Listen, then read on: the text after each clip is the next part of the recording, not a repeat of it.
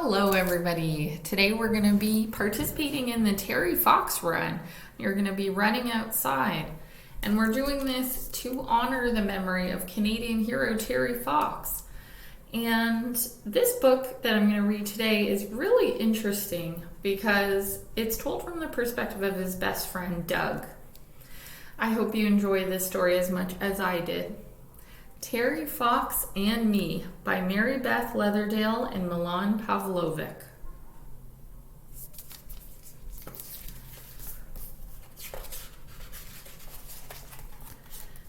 Every friendship starts somewhere.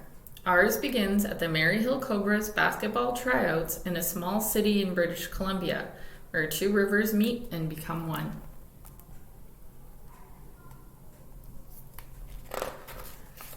The coach blows his whistle and the drills begin. The kid in the yellow shirt is the only one shorter than me. What if I'm the worst player? I dribble, I pass, I shoot baskets, I block shots, I make the first string. The short kid is the worst player. His name is Terry Fox. The coach says wrestling might be a better sport for him, but if Terry comes to practice, the coach won't cut him from the team. I shouldn't be glad that I'm better than Terry, but I am.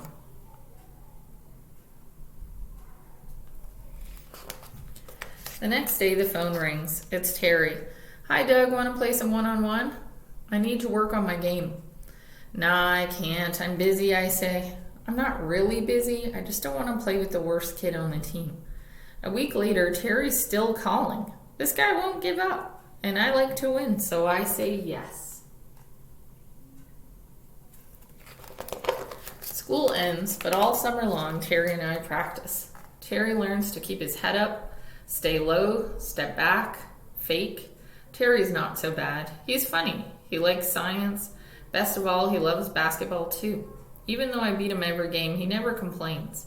By the time school starts, Terry's good enough to be on the roster. One of the 12 best players on the team. And I have a new best friend.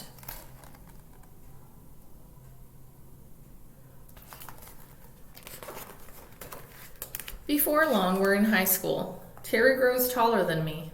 Now when we play one-on-one, he beats me 21-0. I don't mind losing to Terry though, well, only a little. Terry and I don't hang out much anymore. He's busy with his new basketball teammates, going to parties and hanging out with friends. I'm busy too, training for the biggest cross-country race in my life, the provincial championships. Cross-country is the one sport Terry doesn't like. Maybe it's because he's always far behind me. The night before the championship, my mind is spinning. What if I start too fast and lose steam by the end? Or I hang back too long? What if I'm the slowest runner? Bring, bring. The phone startles me. It's Terry. Good luck tomorrow, he says. Just do your best, Doug. One step at a time. All through the race, Terry's voice echoes in my head. I win the second place medal.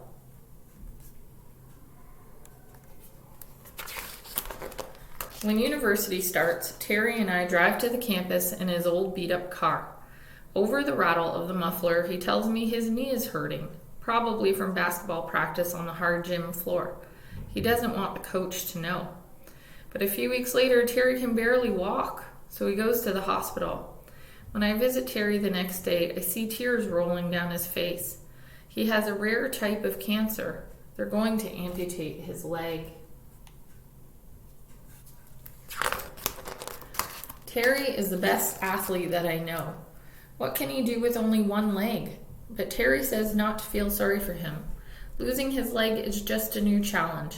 After his operation, he shows me a magazine article about a guy with one leg who ran the New York City Marathon. Maybe I'll run across Canada, he says. I believe him.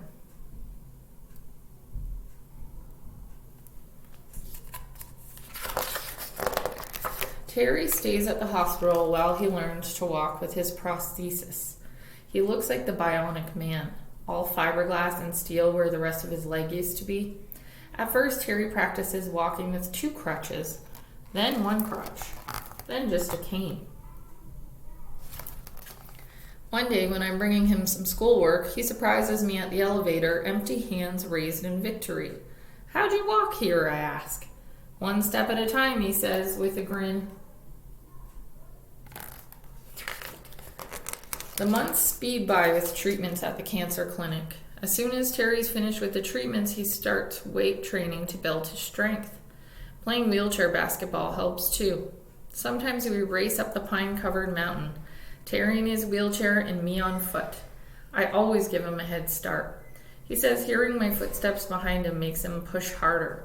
Seeing Terry in front of me makes me push harder too.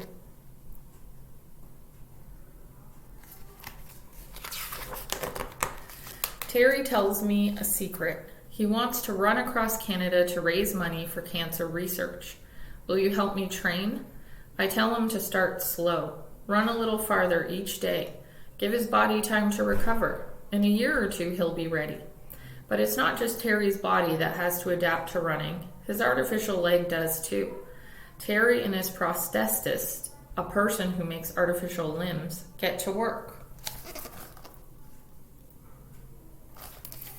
They start with a regular artificial leg for walking. Fiberglass bucket, metal shaft, springs, gears, foot made of wood and rubber. They add special parts for running. Steel hinge for the knee, belt to attach to the leg, elastic strap to pull the leg forward. Still, the heavy artificial leg moves too slowly. So Terry adjusts his gait, 2 steps with his good leg, while his artificial leg swings forward.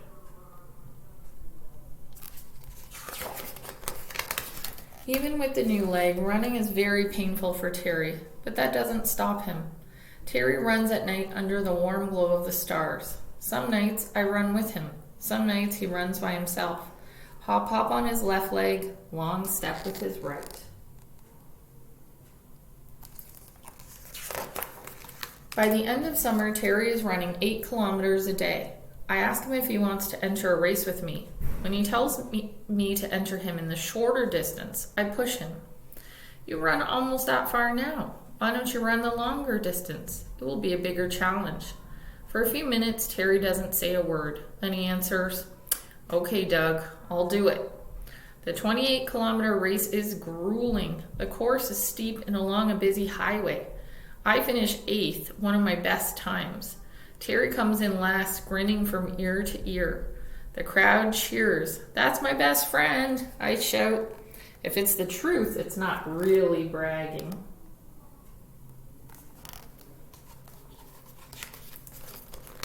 We begin planning for Terry's cross-country run. He'll start in St. John's, Newfoundland next spring.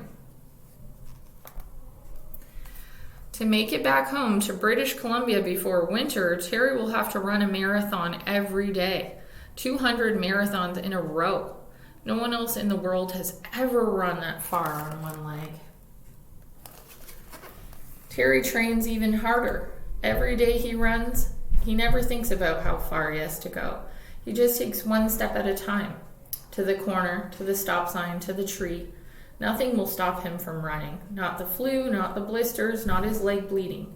When I try to convince him to take a day off to rest his injuries, he gets mad.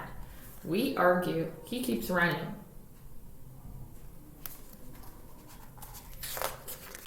A few months before the run, I start to have second thoughts.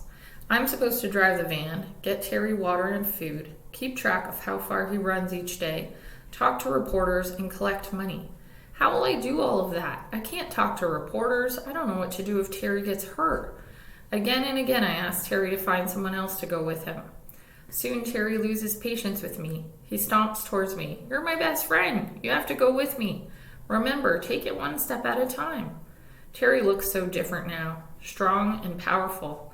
If Terry can do this, I can do this. When spring arrives, Terry's ready.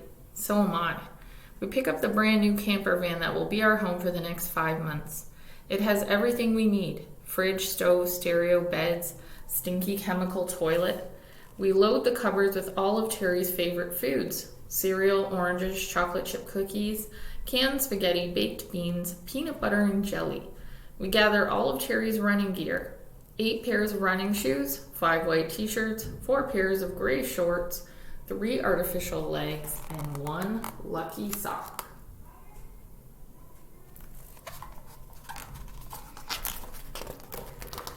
Our great adventure begins in a large city in Newfoundland where the island coastline meets the strong rolling tides. Side by side, we stand on the rocky shore. Terry dips his artificial leg into the swirling water. He turns to look up at the steep hill ahead. "Just do your best, Terry," I smile, "one step at a time." Then he starts to run. The end.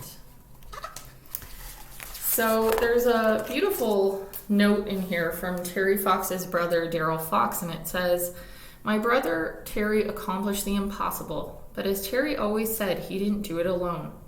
I believe that if you look up the meaning of the word friend, you should find Doug Alward's name.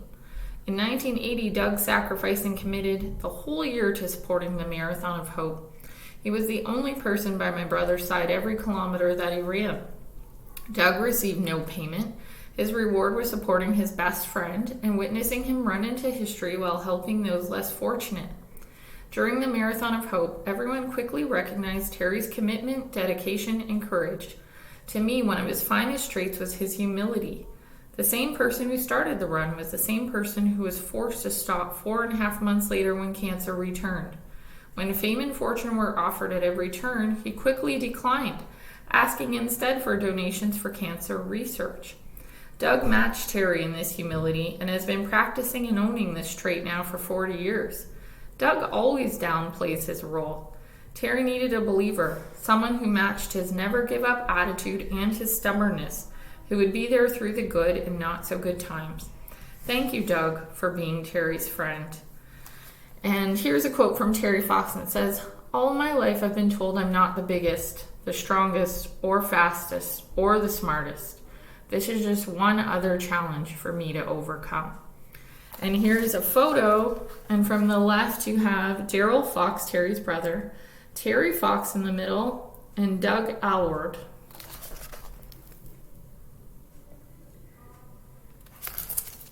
I hope you enjoyed this beautiful true story and that you all have a great run today. Bye, everybody.